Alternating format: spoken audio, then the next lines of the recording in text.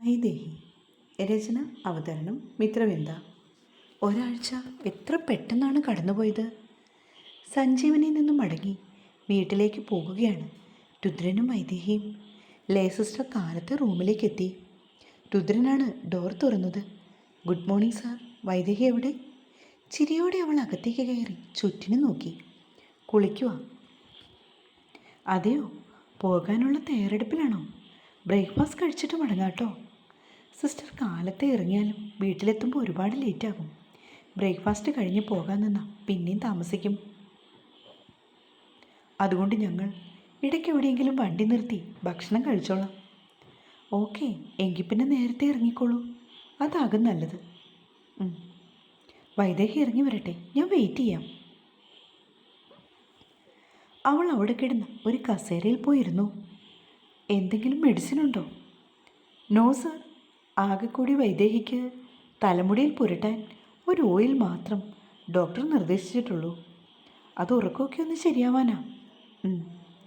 പിന്നെ ആളുടെ കാര്യം സാറിനറിയാലോ. ഓർമ്മയൊക്കെ തിരിച്ചു കിട്ടിയപ്പോൾ നല്ല കുറ്റബോധമുണ്ട്. സാറിൻ്റെ ജീവിതത്തിൽ ഒരു അധികപ്പറ്റായി എന്നൊരു തോന്നലൊക്കെ ഉണ്ട്. മെല്ലെ എല്ലാം സാറ് തന്നെ ശരിയാക്കി എടുക്കുക, അതല്ലേ ഡോക്ടറും അച്ഛനും ഒക്കെ പറഞ്ഞത്? അതെ. എന്നിരുന്നാലും ശരി, ഇനി വൈദേഹിക്ക് ഇങ്ങനെ ഒന്നും ഉണ്ടാവില്ല. 100% സാറിന് വിശ്വസിക്കാം. അത് മതി സിസ്റ്റർ, അത് മാത്രം മതി. അവൻ പറഞ്ഞു കഴിഞ്ഞതും വൈദേഹി ഇറങ്ങി വരുന്നുണ്ടായിരുന്നു. ആഹാ, കുളിയൊക്കെ കഴിഞ്ഞു മാഡം. പുഞ്ചിരിയോട് കൂടി ലയ എഴുന്നേറ്റ് അവളുടെ അരികിലേക്ക് വന്നു. അവളുടെ കയ്യിലിരുന്ന ടവൽ വാങ്ങി മുടിയിലെ വെള്ളമെല്ലാം തോർത്തി കൊടുത്തു. ലയ, ഇനി എന്നാണ് നമ്മളൊക്കെ കാണുന്നത്? വൈദേഹി ചോദിച്ചതും ഒരു നിമിഷം ലയ ഒന്നുമല്ലാതായി. കാണാം, എവിടെയെങ്കിലും വെച്ച്. പിന്നെ ഇടയ്ക്കൊക്കെ ഇങ്ങോട്ട് വാ. ദൂരമുണ്ടെന്നറിയാം, എങ്കിൽ പോലും. കാണാമല്ലേ? ഷുവർ. ഈ ഭൂമി ഉരുണ്ടതല്ലേ, കറങ്ങിത്തിരിഞ്ഞ് വീഴുമ്പോൾ എവിടെയെങ്കിലും വെച്ച് കാണാം. അവളുടെ കവളിൽ ലയ ഒന്ന് തലോടി. രുദ്രൻ അപ്പോഴേക്കും ഫ്രഷ് ആവാനായി കയറിപ്പോയി. വൈദേഹിയുടെ നനഞ്ഞ നീളൻ മുടി എടുത്ത് കുളിപ്പിന്നിൽ പിന്നെ ഇട്ടുകൊടുത്തത് ലയയായിരുന്നു. ഇനി അവിടെ ചെന്ന് കഴിഞ്ഞാൽ എന്നും നെറുകെ സിന്ദൂരിടണം, മറക്കല്ലേ. ലയ പറഞ്ഞതും അവൾ തലകുലുക്കി. ഒന്നുകൊണ്ടും വിഷമിക്കണ്ട. നിനക്ക് ഇത്രയും സ്നേഹമുള്ളൊരു ഭർത്താവിനെ ദൈവം തന്നില്ലേ. എന്തൊരു കരുതലായിരുന്നു രുദ്രന്. ഞങ്ങളൊക്കെ എപ്പോഴും പറയും അയാളുടെ സ്നേഹം. ലയ പറഞ്ഞതും വൈദേഹി ഒന്ന് പുഞ്ചിരിക്കാൻ ശ്രമിച്ചു. നിനക്ക് ഈ ജന്മം ഭർത്താവായി വിധിച്ചത് നിന്റെ രുദ്രേട്ടനെയാ. അയാളെ തന്നെ ദൈവം നിന്നിൽ കൂട്ടി യോജിപ്പിച്ചു. ഇനി ഒരിക്കലും ഒരു ശക്തിയും നിങ്ങളെ പിരിക്കാൻ സമ്മതിക്കില്ല.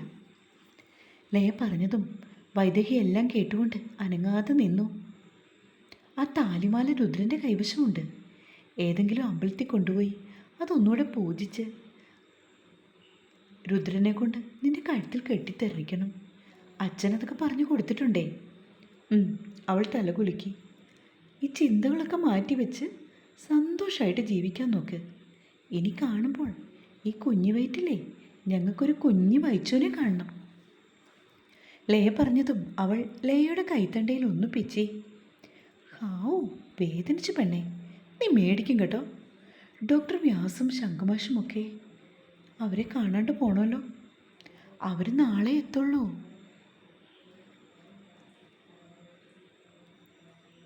സാരില്ല, ഇടയ്ക്ക് വിളിച്ചാൽ മതി. രുദ്രൻ ഇറങ്ങി വന്നതും പിന്നെ ലയ പുറത്തേക്ക് പോയി. അരമണിക്കൂറിനുള്ളിൽ അവർ റെഡിയായി ഇറങ്ങുകയും ചെയ്തു. അവിടെ ഉണ്ടായിരുന്ന സ്റ്റാഫിനെയൊക്കെ കണ്ട് നന്ദി പറഞ്ഞ ശേഷമാണ് അവൾ ലയയുടെ ഒപ്പം നടന്നത്. കാറിൽ കയറുന്ന നേരത്ത് വൈദേഹി ലയയെ കെട്ടിപ്പിടിച്ച് കരഞ്ഞു. ലയയ്ക്കും വിഷമമാണ്. രുദ്രൻ്റെ കയ്യിലേക്ക് അവളുടെ കൈ ചേർത്ത് വെച്ചുകൊണ്ട് ലയ വൈദേഹിയുടെ കണ്ണീർ ഒപ്പിക്കൊടുത്തു. I wish you all the very best for your new life. ഇരുവരെയും ആശംസിച്ചുകൊണ്ട് അവൾ യാത്രയാക്കി. മടക്ക യാത്രയിൽ മുഴുവനും ഇരുവരും മൗനമായിരുന്നു. പലവിധ ചിന്തകൾ ഇരുവരുടെയും ഉള്ളിൽ കൂടുകൂട്ടി കടന്നുപോയി. ഇടയ്ക്കൊക്കെ അമ്മയും അച്ഛനും മാറി മാറി വിളിക്കുന്നുണ്ട്. അവർ രണ്ടാളും നോക്കിയിരിക്കുകയാണ്. ശിവയും അർജുനും നാട്ടിലില്ല. 1 മാസം കഴിഞ്ഞ് അവർ തിരികെ വരും.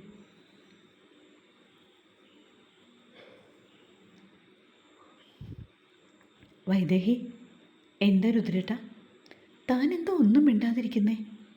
ഏയ്, ഒന്നുമില്ല. പിന്നെന്താ ഈ മൗനം?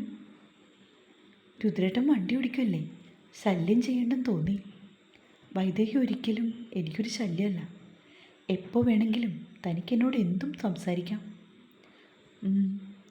ഇങ്ങനൊന്നും മിണ്ടാതിരിക്കുമ്പോൾ എനിക്ക് വല്ലാത്ത ബുദ്ധിമുട്ട്.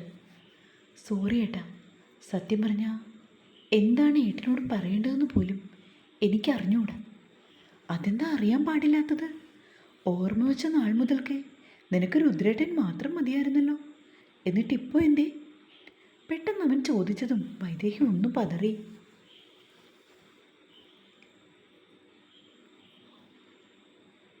അതൊക്കെ പ്രായത്തിൻ്റെ ചാപല്യങ്ങൾ മാത്രമായിരുന്നു ഏട്ടാ.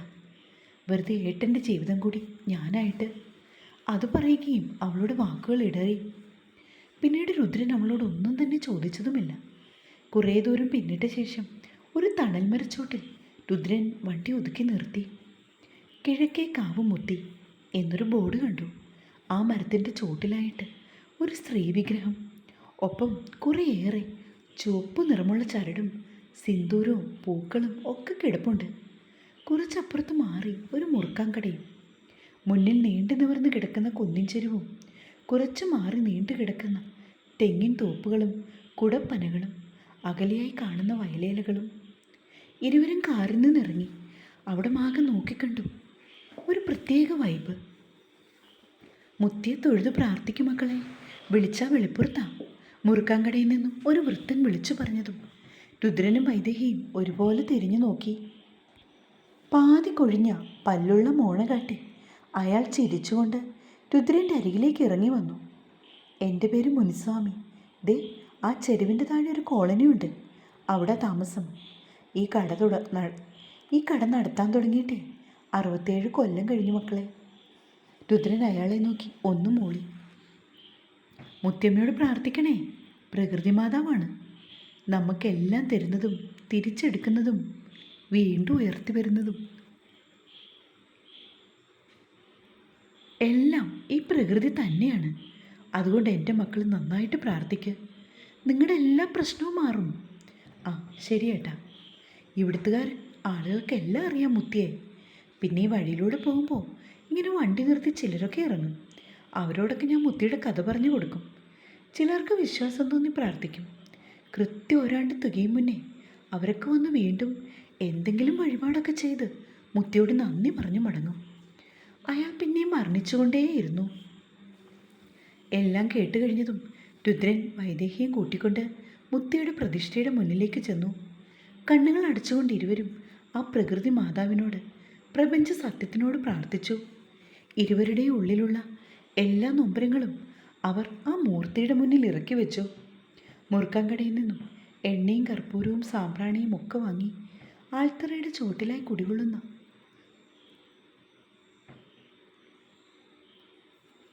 പരാശക്തിക്ക് സമർപ്പിച്ചു.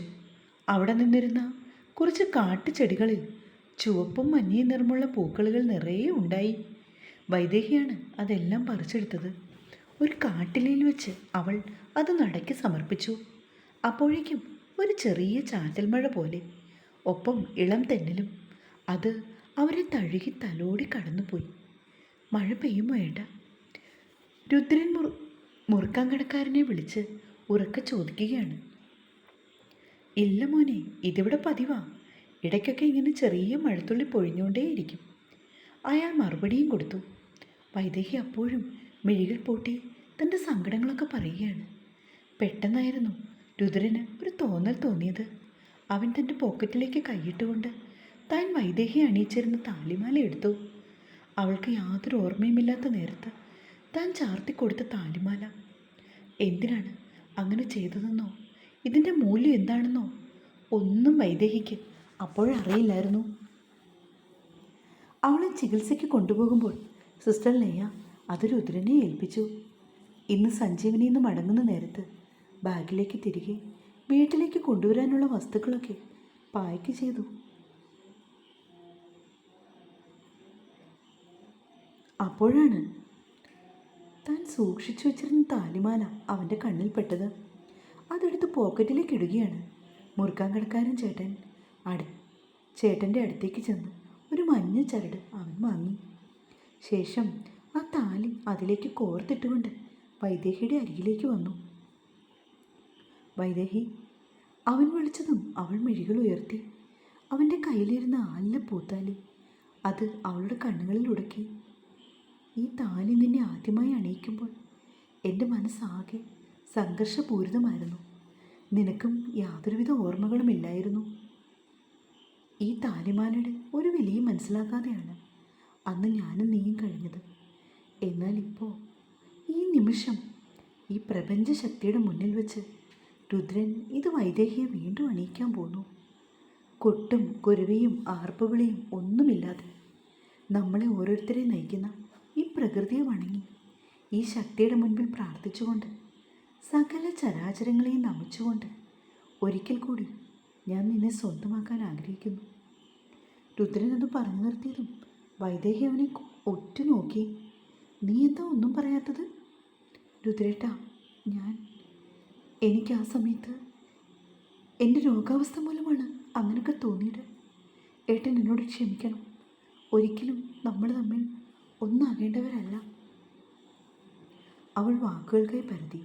ശരിയാണ്, നീ ഒരിക്കലും സ്വബോധമുള്ളപ്പോൾ ഇങ്ങനൊന്നും ഒരു കാര്യത്തിലും ഇല്ലെന്നുള്ളത് എനിക്ക് വ്യക്തമായി അറിയാം. എന്നിരുന്നാലും ശരി, നിൻ്റെ കൗമാരപ്രായം മുതൽക്കേ ഉള്ളിൻ്റെ ഉള്ളിൽ നിനക്ക് എന്നോടുള്ള പ്രണയം ഒളിപ്പിച്ച് നടന്നതല്ലേ?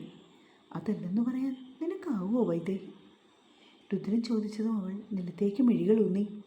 രുദ്രനെ സ്നേഹിച്ചിരുന്നില്ലെന്ന് ഒരിക്കലും എൻ്റെ മുഖത്ത് നോക്കി കളവ് പറയാനൊന്നും നിനക്കാവില്ല, ശരിയല്ലേ? അവൻ അവളുടെ അടുത്തേക്ക് അല്പം കൂടി നീങ്ങി നിന്നു. ആ താടിത്തുമ്പ് പിടിച്ച് മേൽപോട്ടുയർത്തി. രുദ്രേട്ടാ, നീ എന്നെ സ്നേഹിച്ചിട്ടില്ലേ വൈദേഹി? അവൻ വീണ്ടും ചോദിച്ചു. വൈദേഹി മറുപടിയൊന്നും പറയാതെ കൊണ്ട് നിൽക്കുകയാണ്. നിനക്കെന്നോട് പ്രണയമുണ്ടായിരുന്നോ? അതോ വെറുതെ ആയിരുന്നോ? അവൻ അല്പം ബലം പ്രയോഗിച്ച് താടിത്തുമ്പ് പിടിച്ച് മേൽപോട്ടുയർത്തി.